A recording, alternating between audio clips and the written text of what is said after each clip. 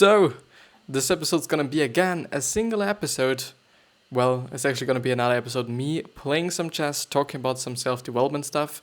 The thing is, I haven't been thinking about what I'm gonna talk about actually, but I'm gonna talk about a story or I'm gonna read a story that I've just basically found, somehow. And it is somehow a philosophical story, and I do assume and also hope there's gonna be some moral and some point behind it. But I'm gonna read it. I'm gonna just am I going to show you the text actually? Well, I guess actually not. I do not know why, but let's actually do it like this. Let it be here on the stream, whatever. So 3 questions, which is the title of this story. So What Man Lived By and Other Stories by Leo Tolstoy. It once occurred to a certain king that if he always knew the right time to begin everything, if he knew who were the right people to listen to and whom to avoid, and above all, if he always knew what was the most important thing to do, he would never fail in anything he might undertake. And this thought having occurred to him, he had it proclaimed throughout his kingdom that he would give a great reward to anyone who would teach him what was the right time for every action and who were the most necessary people and how he might know what was the most important thing to do. And learned men came to the king, but they all answered his question differently. In reply to the first question, some said that to know the right time for every action, one must draw up in advance a table of days, months, or years, and must live strictly according to it. Only thus, said they, could everything be done at its proper time.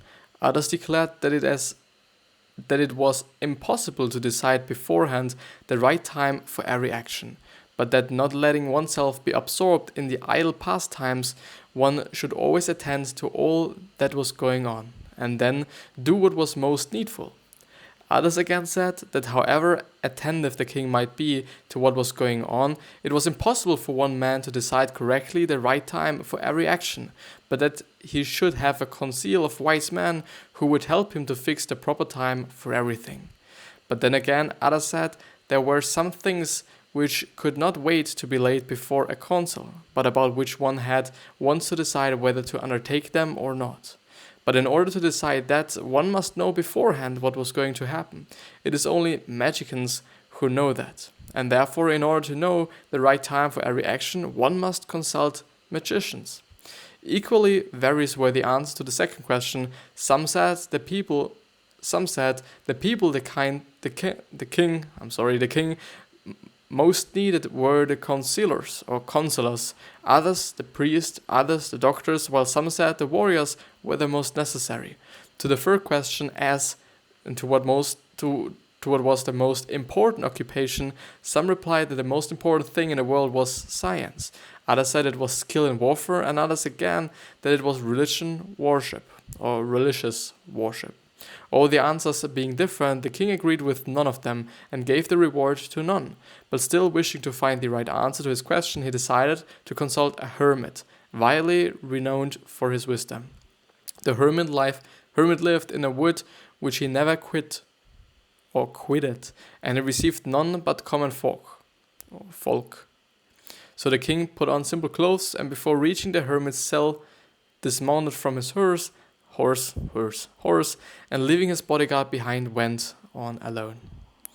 When the king approached, the hermit was digging the ground in front of his hut. Seeing the king, he greeted him and went on digging.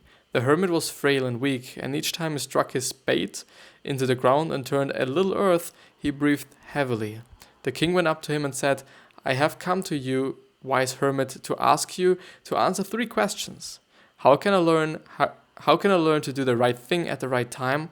Who are the people I most need, and to whom should I therefore pay more attention than to the rest? And what affairs are the most important and need my first attention?" The hermit listened to the king, but answered nothing. He just spat on his hand and recommended digging. "You are tired," said the king. "Let me take the spade and work a while for you." "Thanks," said the hermit, and giving the spade or spade to the king, he sat down on the ground. When he had dug 2 beds, the king stopped and repeated his question. The hermit again gave no answer, but rose, stretched out his hand for the spade, and said, "Now rest a while and let me work a bit." But the king did not give up the spade and continued to dig. 1 hour passed and another. The sun began to sink behind the trees, and the king at last stuck the spade into the ground and said, "I came to you, wise man, for an answer to my question. If you can give me none, tell me so, and I will return home." Here comes some on what? Here comes some on running," said the hermit. "Let us see who it is." I lost it. The king turned around and saw a bearded man come running out of the woods. The man held his hands pressed against his stomach, and blood was flowing from under them. When he reached the king, he fell fainting on the ground, moaning feebly. The king and the hermit unfastened the man's clothing. There was a large wound in the stomach. The king washed it as best as he could and bandaged it with his handkerchief, which is actually one of the words that I was always searching for. Handkerchief, or whatever it is actually pronounced, I don't know. And with a towel the hermit had, but the blood would not stop flowing, and the king again and again removed the bandage soaked with warm blood, and washed and rebandaged the wound.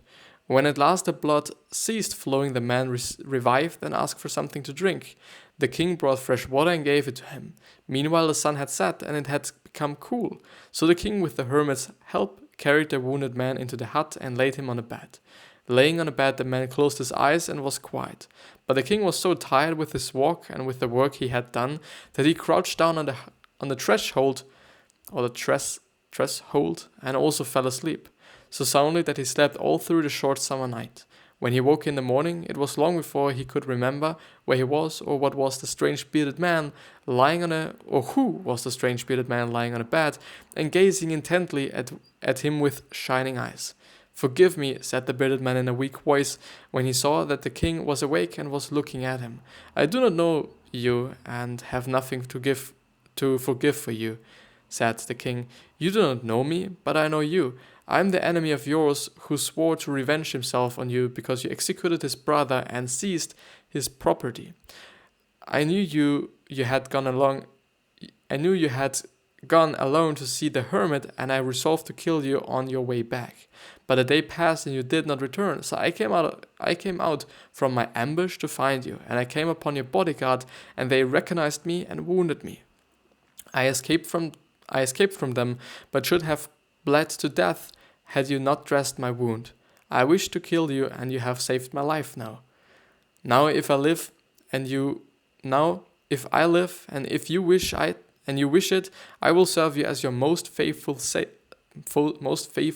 slave, and you will bid my sons to the same. Forgive me." The king was very glad to have made peace with his enemies so easily, and to have gained him for a friend, and he not only forgave him, but said he would send his servants and his own physicians to attend him and promise to restore his property. Having taken leave of the wounded man, the king went out into the porch and looked around for the hermit. Before going away, he wished once more to beg an answer to the question he had put. The hermit was outside on his knees, sowing seeds in the beds that had been dug the day before. The king approached him and said, "For the last time, I pray you to answer my question, wise man." "You have already been answered," said the hermit, still crouching on his thin legs and looking up at the king who stood before him. How answered? What do you mean?" asked the king. "Do you not see," replied the hermit, "if you had not pitied my weakness yesterday, and had not dug those beds for me, but had gone your way, that man would have attacked you, and you would have repented of not having stayed with me. So the most important time was when you were digging the beds, and I was the most important man, and to do me good was your most important business. Afterwards, when the man ran to us, the most important time was when you were attending to him. For if you had not If he had not bound up his wounds, he would have died without having made peace with you. So he was the most important man, and what you did for him was your most important business. Remember then, there's only one time that is important, and it is now. It is the most important time because it is the only time when we have any power. The most necessary man is he with whom you are, for no man knows whether he will ever have dealings with anyone else, and the most important affair is to do him good, because for that purpose alone was man sent into this life. Yeah, this was actually the story. And I do believe it is actually a great story just because, and I do just see now, I know what I'm going to talk about. I know what I'm going to talk about the rest of the 20 minutes. I do hope that 10 minutes isn't too long for a story. It was a little bit too long for me, just because I've expected actually it not being so long. But yeah, I guess it is okay. I guess it is fine. Let's actually see. Let's actually put on the chess game and start it. Actually start it. Well, the setup is actually alright. It is really alright. Yeah. The thing is now really the time or the most important time? I really think so. Even though I really like to think about and talk about and actually also act on the future. I totally believe in long-term things and being patient and just long-term goals. I really believe in long-term goals and not short-term shit, because most often the short-term things are really not good. I think one of the best examples is actually maybe smoking and bad food or unhealthy food. Because the thing is, smoking, well, okay, you get some pleasure off of it in the short term, but in the long term, you're just gonna die way quicker than, without smoking. And it is actually the exact same thing with eating unhealthy shit, because eating unhealthy, well, most of the time, unhealthy things are pretty good. Like, they taste well, they're super nice to eat, but the thing is, they're not healthy, and you're not going to be healthy for the long term if you still keep eating those shitty things all day long. I still just understand those people that are maybe overweight or that are not eating such a lot of healthy things, just because, those really unhealthy things or those unhealthy things most often are pretty good, whether it be cookies, whether it be ice cream, whether it be soda, all those things, they taste well. And I also believe that scientists, so actually food scientists, make them taste well. I really believe in that, especially because I, not really recently, but also on a podcast, I think it must have been a month ago or something, I have been gone through an article which was basically all about food scientists and how they actually produce the food so that you consume it and that you like it and that you love it and that you kind of get obsessed about it. And it is pretty interesting because there is such a lot of factors that play into that, and it is not only the taste, which is the funny thing, it is really also just how the texture of the food is, if it is crispy compared with some creamy stuff as Oreos, for example, are, which actually makes them so nice. You have some crispy cookie, some crispy, you have some crispiness and some creaminess all together, and it is just a pleasure to bite into it. And through this pleasure, which, just actually shows that it doesn't have anything to do, or not always something to do with taste, alone this pleasure, or this pleasure alone, just lets you be willing to eat it, more often than some other things. But there's also just a good way or a healthy way how you can use this knowledge to maybe make you eat more healthy stuff, more salad, more, cucumbers, more paprika, whatever it is, just because maybe, for example, layering some cucumber on a bread with, some cottage cheese or whatever it is. I'm actually, by the way, not consuming any dairy products, so I'm not also going to consume cottage cheese. But the thing is, if you're having some cottage cheese, some bread, and some cucumber layered, then it's theoretically going to be the exact same thing. You could also just do it like cucumber and cottage cheese alone, like cucumber, cottage cheese, and then cucumber again. It's gonna taste like shit, I guess. But it is actually the exact same thing as having an Oreo. You have this somehow crispiness, this different texture, and then you have the soft cream or the soft cottage cheese. It is relatively interesting. It really is. I really think that it actually was an article from James Clear himself, but I do not quite know. But let's actually make the first move, and let's see. I think I'm actually gonna do the exact same move as yesterday, just because it worked so well. Yeah, it really did. Well. Now is really, but on the other hand, just to also finish up what I began to talk about, now definitely is important, because as the old wise man from the hut already said, now is actually really the only time where we have a lot of power. For sure, we potentially, have a lot of power for the future, but yeah, we can't act now on the future. It is just not possible. But we can now act on now. And it is incredible, because you can basically do anything that you're willing to do right now. Basically, theoretically, you can work right now. And the thing is, even though you can't directly influence the future, you can indirectly, at least at my point of view, you can indirectly influence the future by just acting right now and just acting on this certain day. Which means if you're willing to just start a new habit, then the best time is actually now. If you're willing to start your business, the best time is now. The thing is, being practical, as Gary Vee is actually often talking about, is very important. Just doing shit and not only learning stuff and not only kind of looking up stuff and trying to get the knowledge before you actually start to do something is really not often and actually not always the best thing. Just because of course, knowledge is important. It is important, but we have to act. We have to do something. We have to just really be practical. The thing is, and again, something from Gary Vee, but I think I've actually been talking about yesterday as well. The thing is, you can think and read about doing push-ups, but in the end you won't build any muscle because you're not doing any push-ups. Therefore, reading about business, even though it is somehow a different framework, a little bit, it is somehow the same, but it is somehow also something different. The thing is, reading about business and just reading about, being smart or something else,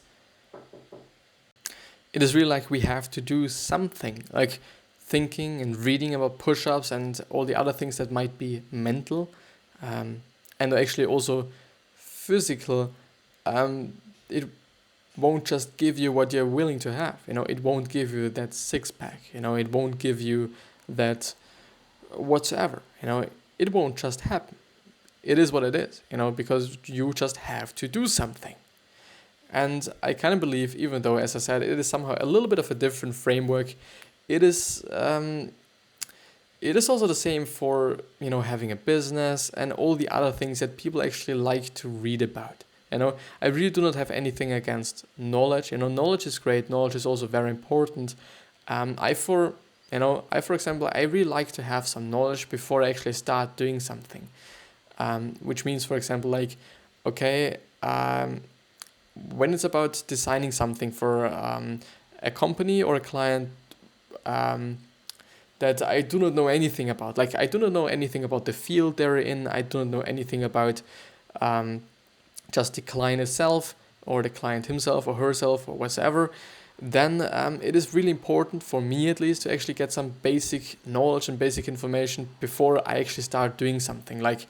You can't just start designing something, you do just really have to think about it, get some knowledge, get some information from the field, from that certain space, to actually also produce some ideas and also get some ideas. Really important. But afterwards, after I've got a little bit of knowledge, at least as much knowledge so that I can actually start doing something, I also start something and I start to do something. And I think it's the exact same thing with programs, and software actually. let's take Photoshop, for example. Like, having somehow a clue of how Photoshop works is definitely good when you're starting out with it. It is really good. It just makes sense. But the thing is, like, just only reading about Photoshop won't give you the ability to use it. Like, you really have to use it, and it is also just a really great way and a really fast way to just learn it. It really is. Like, by using it, and I think the best example is actually like me doing more designs and me doing more stuff in my holidays right now, just because of what I'm doing right here, just because of my Instagram page primarily. I really do just have to do a lot of design work, which I totally enjoy, which I totally like. But the thing is, I really learn it, I really learned a lot of things, and really had to learn a lot of things to actually achieve those things that I was willing to achieve throughout, well, actually this year, this year where I was producing some things and producing some designs besides school, because basically school was the only place where I had to design something. But now I'm also doing the stuff. Oh, I made a mistake.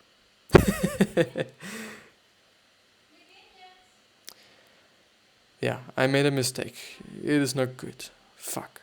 Because I thought like my horse, and apparently there is no such thing as a tower. It is actually called rock, as I've seen today actually. But yeah, I meant this exact move.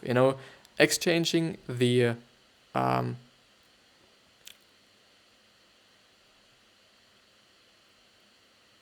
well, let's do it like this. Exchanging the rock with the king. Well, what the fuck are you doing, man? Well, it's gonna take this, and I'm theoretically able to take his fucking queen, as I know by now as well. Like, yesterday I was like, this very powerful figure, and I don't know the name of it. Apparently it is called a queen, because it just makes fucking sense. It really just makes fucking sense. Let's actually just make a pretty great move there, as I see. It really is. Yeah. Fuck you, I'm gonna take... Well, let's actually do it like this. I'm gonna take yours as well. Yeah. Now is a great time. Reading is important, knowledge is important, getting some knowledge is important, but also doing stuff. Like, a lot of people are actually maybe caught up by just learning stuff, caught up by trying to get somewhere without being practical, maybe. You gotta have to be practical. I've learned so many things through just doing shit. Like, if it is about the podcast, if it is about something else, I don't know. I've just learned such a lot of things. It is incredible. It really fucking is incredible. But let's actually win that game. Win that game, because I see I only have quite some time left, But it is really amazing. Even though it is also relatively difficult to concentrate while you're talking or while you're playing, actually. Talking while you're playing, while actually being concentrated on the game, a little bit at least. Which is actually something that I've been thinking about yesterday, as well as like in terms of Let's Players and people who play games on the YouTube channel, which is actually also something that I've been thinking about, just because playing games and video games in general have been a great passion of mine and have been a thing that's really... Was it important for me? It just sounds so stupid nowadays, but I think it was really important as I was a relatively young child. I was playing quite a lot, especially with my brother. It's been an amazing time. It really has been. But yeah, thing is, what should I be doing right now?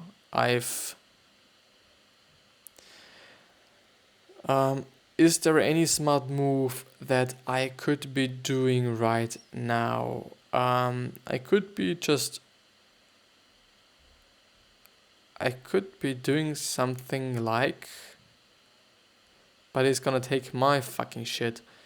Let's actually go for it. Like, in terms of chess, I really like to just... Well, it's actually... Why and what is he doing there? The thing is, let's actually take his tower there, even though he's gonna take my tower as well. Probably. What the fucking hell? I just won. Oh my fucking god. But why? Oh. Amazing, I won. I won without actually knowing. It is amazing. It really is amazing. But yeah. But yeah. I think this is it with the episode. It only took me 15 moves. It's amazing. It really is amazing. And this is how it is when you do not actually give, well, such a big fuck about what you're seeing there. But yeah, the thing is, it's going to be the end of the episode, you know. Actually, unfortunately, but because I actually wanted to play a little bit a longer game. But what should I be doing? I do hope that you've liked the story as well.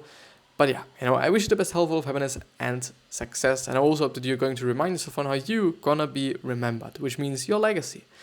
You know, because we totally have it in our control, even though, like, yeah, not everyone's gonna love us, not everyone's gonna like us. It is what it is. I see you the next time.